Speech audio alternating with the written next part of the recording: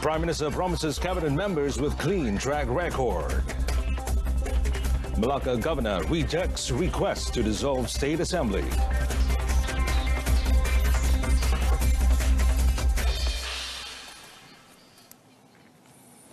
Hello and good afternoon. I'm Amin Carlos and welcome to Updates at 2.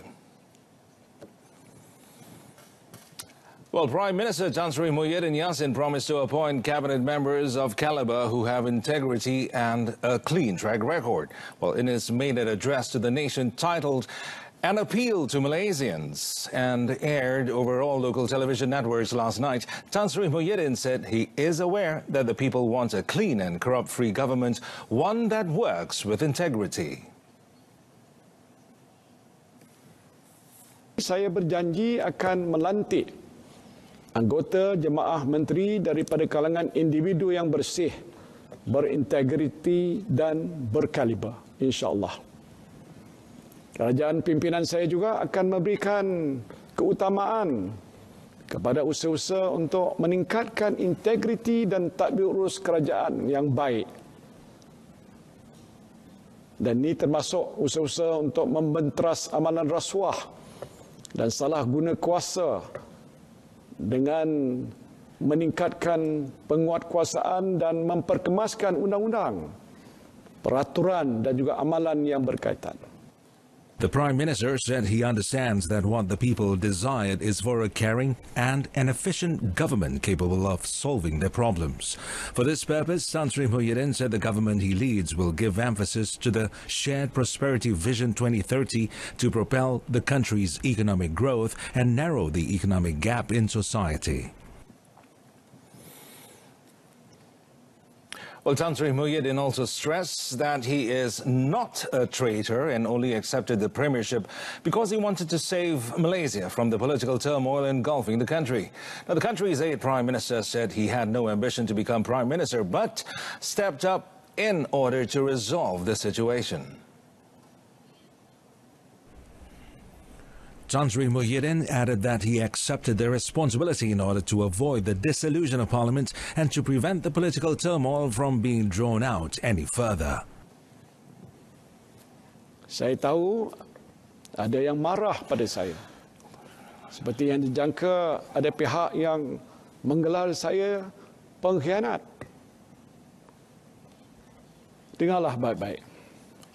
Saya bukanlah pengkhianat. Naluri saya jelas bahawa keberadaan saya di sini adalah untuk menyelamatkan negara daripada berterusan dilanda kemelot ini.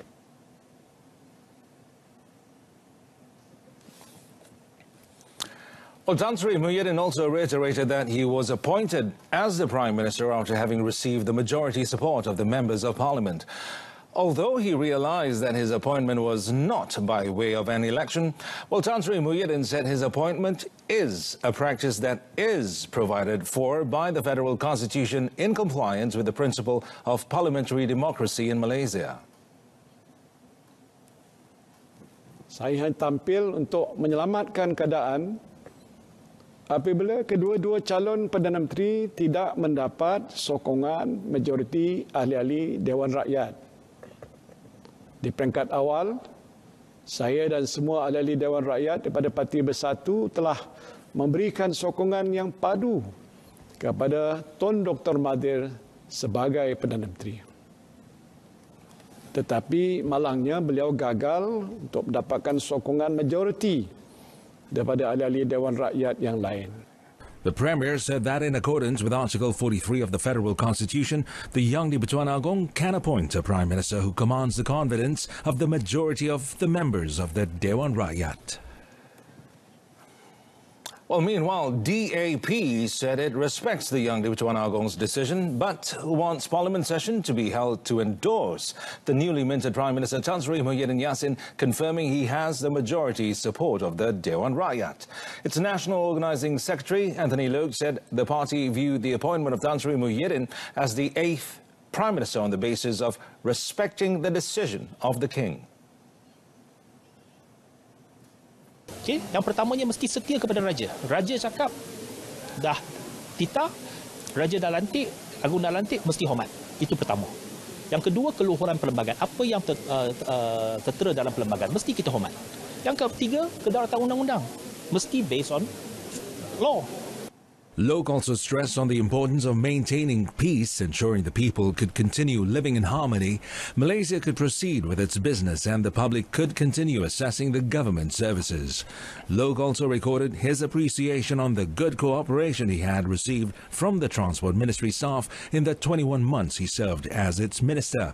Lok hoped that his successor would continue with the ministry's efforts, including in finalizing the electric train services or ETS with Singapore before the end of April, as well as the amendments involving driving under the influence of alcohol and drugs, which lead to deaths.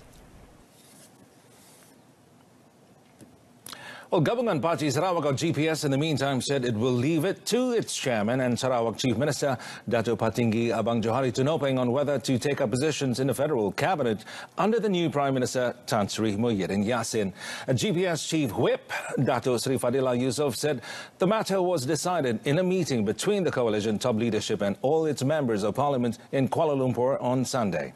Well, in a statement, Dato' Sri Fadila said so far there is no discussion on cabinet posts, with the Prime Minister, as the focus of the coalition was only on national political stability and the interests of the state. Well, he said GPS has also decided not to join Muafakat Nasional or any other coalitions. Instead, it will continue to stand as a local Sarawak political entity which is not affiliated to other coalition. He added, with the appointment of the 8th Prime Minister, the government can now devote its attention to strengthen the country's economy and finance and address the daily burden faced by the people while restoring investors' confidence. Over in Malacca, the state government has proposed for the state legislative assembly to be dissolved due to the political instability in the state. And Chief Minister Adli Zahari said he met with the Yang di-Pertuan Negeri Malacca Tun Muhammad Khalil Yaakob yesterday to propose the dissolution of the legislative assembly to make way for state election.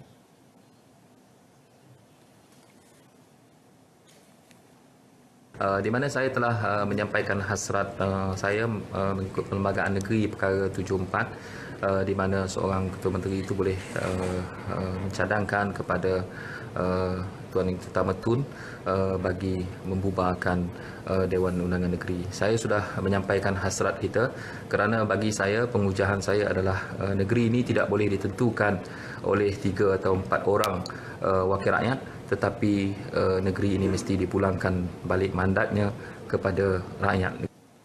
Adli also reminded the people of Malacca to continue to remain calm and be law-abiding to ensure the state remains peaceful.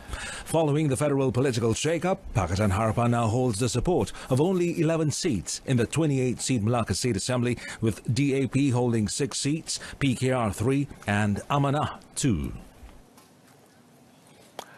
Well, nevertheless, the incumbent Chief Minister Adli Zahari's request for the State Assembly to be dissolved to pave way for a state snap election was rejected by Malacca's Governor Tun Muhammad Khalil Yaakob. Well, in a statement by the State Government Secretary, the Yang di-Pertuan Negeri Malacca said he has received a representation from a group of assemblymen stating that Adli no longer commands the majority of the State Legislative Assembly.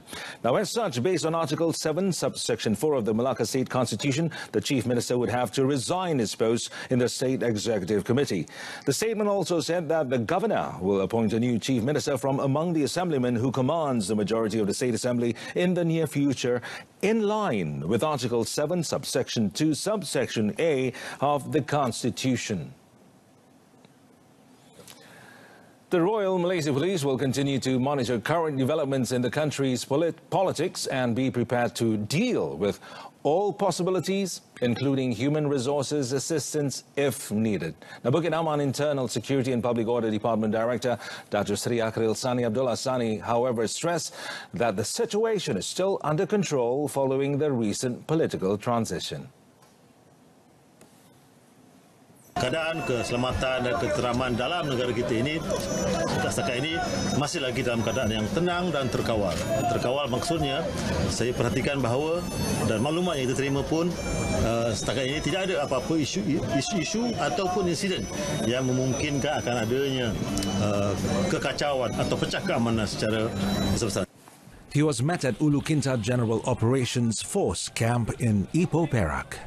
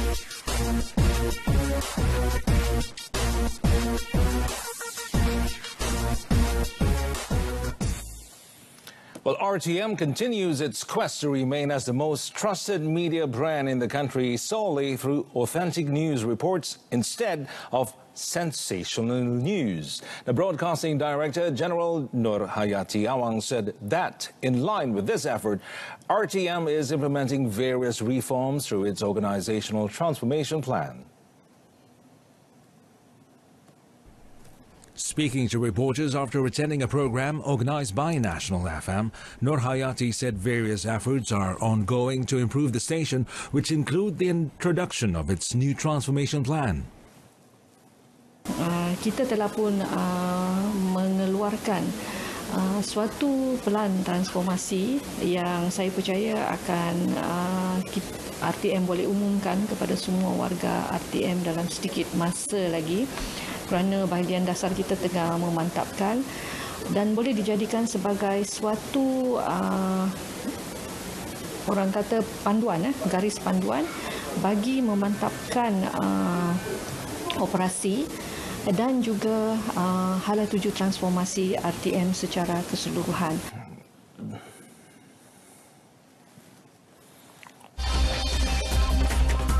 Well, still to come, ex-ministers tested negative for COVID-19. This and more. Stay tuned.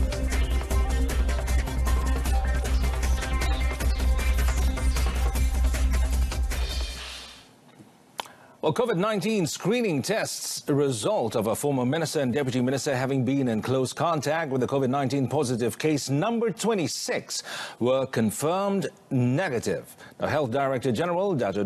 Nur Hisham Abdullah, said both individuals' test results from Sungai Buloh Hospital were received at 3:30 p.m. yesterday. Now, in his Facebook posting, Dr.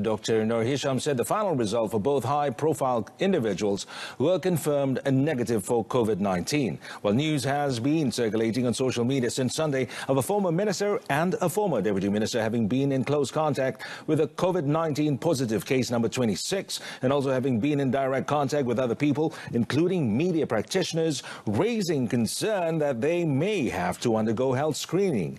Now, both are said to have attended an appreciation event for them at a hotel in the federal capital last Thursday, and that was also attended by a member of the UDA Holdings Berhad, or UDA Board of Directors, who has since tested positive for COVID-19.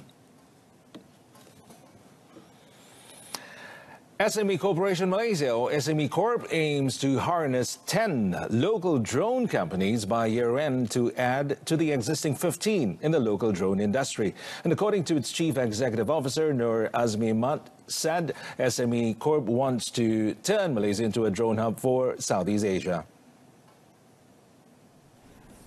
Nur Azmi, however, said it depends on the market's readiness to use the proposed technology. For example, we receive suggestions to use drone with thermal camera and facial recognitions to trace people in the ground. So whether their body temperature at a higher level, then the drone will alert. Nur Azmi added border monitoring and surveillance sectors would benefit the most from drones, which are commonly used in the oil and gas as well as the agriculture sector. According to him, SME Corp is looking at such segment and open to any proposal in the ongoing Global Drone Conference and Hackathon 2020, also known as GDCKL 2020. Well, GDCKL 2020 is a public-private partnership initiated aimed at empowering and supporting the growth and development of local drone solution providers, as well as promote a sustainable ecosystem to drive the drone industry in Malaysia. Well, first, the local scene. The Bukit Jalil National Stadium will be the venue for the clash between the Red Giants and Perak in the Super League action on Saturday. Now, the Football Association of Selangor, FAS, announced this as a move to ensure the safety of supporters and players following the damaged roof at Shah Alam Stadium. According to FAS, the decision to use the Bukit Jalil National Stadium is only for the match against Perak. FAS Secretary General Johan Kamal Hamidon said FAS and Darul Ehsan Facilities Management, DEMF, which manages Shah Alam Stadium, are currently planning short and long-term strategies to prevent such problems from recurring in the future.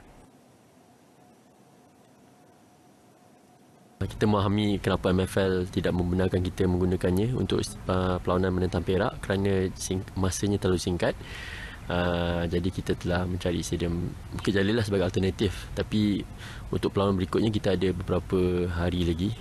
Saya rasa dalam 18 the next game. So kita ada lagi 2 minggu untuk kita menilai adakah rancangan jangka masa pendek itu efektif ke tak. Yesterday, the Malaysian Football League, MFL, confirmed that Shah Alam Stadium, with its roof damage, was one of 2 stadiums, including Petaling Jaya City Council Stadium, MBPJ, which did not have its approval to be the venues for this year's Malaysia's league matches. Built in 1994 and able to accommodate up to 80,000 spectators, the safety aspects of the stadium is currently unsatisfactory after the first security inspection on 10th January, followed by the second inspection on 21st February and a third last Friday. And that concludes updates at 2. Now, our top story: Prime Minister promises to appoint cabinet members with clean track record. Join us again for news at 2 later this evening. I'm Carlos. Good afternoon, everybody. Thanks for watching.